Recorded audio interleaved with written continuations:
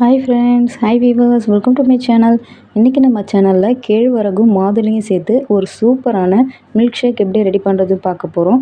அதுவும் பசும்பால் சக்கரைலாம் எதுவும் சேர்க்காம ரொம்ப ஒரு ஹெல்த்தியான முறையில் ஒரு மில்க் ஷேக் எப்படி ரெடி பண்ணுறதுன்னு பார்க்க போகிறோம். கண்டிப்பாக இந்த மாதிரி சுவையில் நீங்கள் இந்த மில்க் ஷேக் ட்ரை பண்ணியிருக்கவே மாட்டீங்க. ரொம்ப சுவையாகவே இருக்கும். வாங்க எப்படி ரெடி பண்ணுறது வீடியோக்குள்ளே பார்க்கலாம். ஃபர்ஸ்ட் இந்த ரெசிபி ரெடி பண்ணுறதுக்கு ஒரு 5 பாதாம் எடுத்துக்கோங்க. கூடவே விதை இல்லாமல் ஒரு 5 டேட்ஸ் எடுத்துக்கோங்க. நான் நார்மல் லைன் டேட்ஸ் தான் எடுத்திருக்கேன். ஒரு 5 டேட்ஸு சேர்த்துட்டு ஒரு அரை கப் அளவுக்கு தண்ணி சேர்த்து அரை மணி நேரம் போல் ஊற வச்சுடுங்க. நான் ஹாட் வாட்டர் எதுவும் சேர்க்கலை, நார்மல் வாட்டர் தான் சேர்த்துருக்கேன். அரை மணி நேரம் போல் இது ஊறின பிறகு பார்த்திங்கன்னா பாதாம்லாம் நல்லா உப்பி வந்திருக்கும். இதை ஒரு மிக்ஸி ஜாருக்கு மாற்றிக்கலாம். ஊற வச்ச தண்ணியோடவே சேர்த்துக்கோங்க. மிக்ஸி ஜாருக்கு மாற்றிட்டு இதோட அரை கப் அளவுக்கு தேங்காய் சேர்த்துக்கோங்க. நல்லா ஃப்ரெஷ்ஷான தேங்காவாக சேர்த்துக்கோங்க. சேர்த்துட்டு இதை நல்லா மைய அரைச்சி எடுத்துக்கோங்க. நம்ம இன்றைக்கி பசும்பால் எதுவும் சேர்க்க போகிறதில்ல. இப்போ பார்த்திங்கன்னா இதை நல்லா ஃபைன் பேஸ்ட்டாக அரைச்சி எடுத்தாச்சு. இதோடவே இனிப்புக்காக எந்த கப்பில் தேங்காய் எடுத்தோமோ அதே கப்பில் பாதி அளவுக்கு வெல்லம் சேர்த்துக்கோங்க. வெல்லம் சேர்த்துட்டு இதையும் ஒரு முறை அரைச்சி எடுத்துக்கலாம். இப்போ இதையும் ஒரு முறை அரைச்சி எடுத்தாச்சு. பார்த்திங்கன்னா நல்லா ஃபைன் பேஸ்ட்டாக அரைச்சி எடுத்தாச்சு. இப்போ இதில் இருக்க கப்பிகள் இல்லாமல் ஒரு முறை வடிகட்டி எடுத்துக்கலாம்.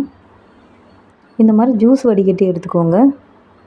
நம்ம அரைச்சி எடுத்து வச்சுருக்க பேரிச்சம்பழம், பாதாம், தேங்காவை இதோட சேர்த்துக்கலாம். இதோடவே மிக்ஸி ஜாரில் மறுபடிக்கும் ஒரு அரை கப் அளவுக்கு தண்ணியை அலசிட்டு சேர்த்துக்கோங்க. சேர்த்துட்டு இதை நல்லா வடிகட்டிக்கோங்க. இப்போ இந்த கப்பிகள்லாம் நமக்கு தேவையில்லை, இதை எடுத்துடலாம். பாருங்கள், இந்த கப்பிகள்லாம் நல்லா வடிகட்டி எடுத்தாச்சு. இப்போ இந்த கப்பிகள் நமக்கு தேவையில்லை. சரியாக ஒரு கப் அளவுக்கு தண்ணி சேர்த்து பாதாம், பேரிச்சம்பழம், தேங்காயெலாம் சேர்த்து அரைச்சி எடுத்து வச்சுருக்கோம். அடுத்து ஒரு சின்ன பாத்திரத்தில் 1 டேபிள் ஸ்பூன் அளவுக்கு கேழ்வரகு மாவு எடுத்துக்கோங்க. அதாவது ராகி பவுடர் எடுத்துக்கோங்க. 1 டேபிள் ஸ்பூன் கேழ்வரகு மாவுக்கு 1 கப் அளவுக்கு தண்ணி சேர்த்துக்கோங்க. தண்ணி சேர்த்துட்டு இது கட்டி இல்லாமல் ஒரு முறை கலந்து விட்டுக்கோங்க. அப்போ தான் காய்ச்சும் போது கெட்டிப்படாமல் இருக்கும். இப்போது கலந்து ரெடி பண்ணி எடுத்தாச்சு. ஸ்டவ் ஆன் பண்ணி ஸ்டவ்வை மிதமான தீயில் வச்சுக்கோங்க.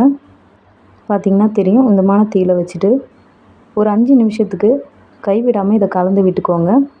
சட்டுன்னு கெட்டிப்பட ஆரம்பிக்கும். ஒரு 5 நிமிஷம் போல் கைவிடாமல் கலந்துக்கோங்க. ஒரு 5 நிமிஷம் கழித்து பார்த்திங்கன்னா நல்லா ஒரு பிங்க் நிறத்தில் இது லேசாக கெட்டிப்பட்டு வந்திருக்கும். பார்த்திங்கன்னா தெரியும், ஒரு கூழ் பதத்துக்கு வந்திருக்கும். கையில் எடுத்து தேய்ச்சி பார்த்திங்கன்னா நல்லா வழவழப்பாக இருக்கும். இந்த பதத்துக்கு வந்திருக்கு. இப்போ நம்ம ரெடி பண்ணி வச்சுருக்க பாதாம், பேரிச்சம்பழம், தேங்காய் பால் இதோட சேர்த்துக்கலாம். சேர்த்துட்டு ஒரு முறை கலந்து விட்டுக்கோங்க. ஒரு 2-3 நிமிஷம் போல் இது நல்லா கொதிச்சா போதும். அதாவது பாதாமோட பச்சை வாசனை லேசாக போகிற வரைக்கும் 2-3 நிமிஷம் மட்டும் ஸ்டவ்வை மிதமான தீயிலே வச்சு கொதிக்க வச்சுக்கோங்க. நாம் இன்றைக்கி பசும்பால்லாம் எதுவும் சேர்க்கலை, அதனால் திரிஞ்சிலாம் எதுவும் போகாது. தேங்காய் பால் தான் சேர்த்துருக்கோம். டயட்டில் இருக்கிறவங்க கூட இதை கண்டிப்பாக நீங்கள் குடிக்கலாம். ரொம்பவே டேஸ்ட்டாகவும் ஹெல்த்தியாகவும் இருக்கும்.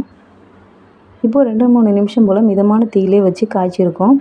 இதோட லேசாக ஒரு பிஞ்ச் அளவுக்கு உப்பு சேர்த்துக்கலாம். இனிப்பு கொஞ்சம் நல்லா எடுத்து கொடுக்கறதுக்காக ஒரு பிஞ்ச் அளவு மட்டும் உப்பு சேர்த்துக்கலாம். உப்பு சேர்த்துட்டு இது ஒரு முறை நல்லா கலந்து விட்டுக்கோங்க. பார்த்திங்கன்னா இது லேசாக கெட்டிப்பட்டு வந்திருக்கு. உப்பு சேர்த்த உடனேவே ஒரு முறை கலந்து விட்டுட்டு ஸ்டவ் ஆஃப் பண்ணிக்கோங்க. ஆஃப் பண்ணிவிட்டு இதை வெளியே எடுத்தாச்சு. இப்போ இதை ஃபேன் காற்றுல முழுமையாக ஆற வச்சுக்கோங்க. ஆடப்படியாத அளவுக்கு இதை நல்லா முழுமையாக ஆற வச்சுக்கோங்க. இது ஓரமாக ஆறட்டும். இதுக்கு இடையில் நம்ம மாதுளம்பழத்தை அரைச்சி எடுத்துக்கலாம். நான் ஒரு 1/4 கப் அளவுக்கு மாதுளை முத்துக்கள் எடுத்திருக்கேன். நல்லா ஃப்ரெஷ்ஷான மாதுளை முத்துக்கள் எடுத்துக்கோங்க.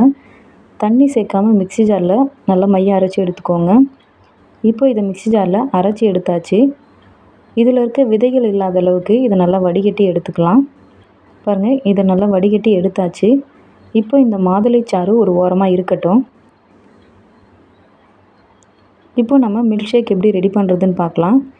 நம்ம கேழ்வரகையும் நல்லா ஆற வச்சு எடுத்துருக்கோம். பார்த்திங்கன்னா தெரியும். இப்போது சின்னதாக ஒரு ஜூஸ் கிளாஸ் எடுத்துக்கோங்க. ஜூஸ் கிளாஸில் அரைச்சி எடுத்துருக்க மாதுளைச்சாறை கொஞ்சமாக சேர்த்துக்கோங்க.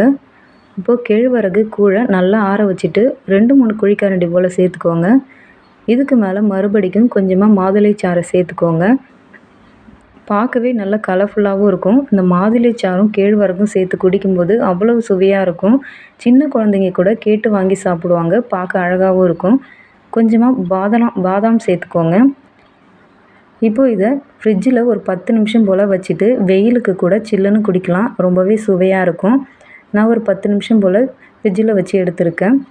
பார்த்தாலே தெரியும் ரொம்பவே கலர்ஃபுல்லாகவும் சுவையாகவும் இருக்கக்கூடிய இந்த கேழ்வரகு மாதுளை மில்க் ஷேக் கண்டிப்பாக வீட்டில் ட்ரை பண்ணி பாருங்கள். ரொம்பவே சுவையாக இருக்கும். வீடியோ பிடிச்சிருந்தா ஒரு லைக் பண்ணுங்கள். ஃப்ரெண்ட்ஸ்க்கு ஷேர் பண்ணுங்கள். அடுத்தடுத்த வீடியோக்குள்ளே பார்க்கலாம். Bye friends.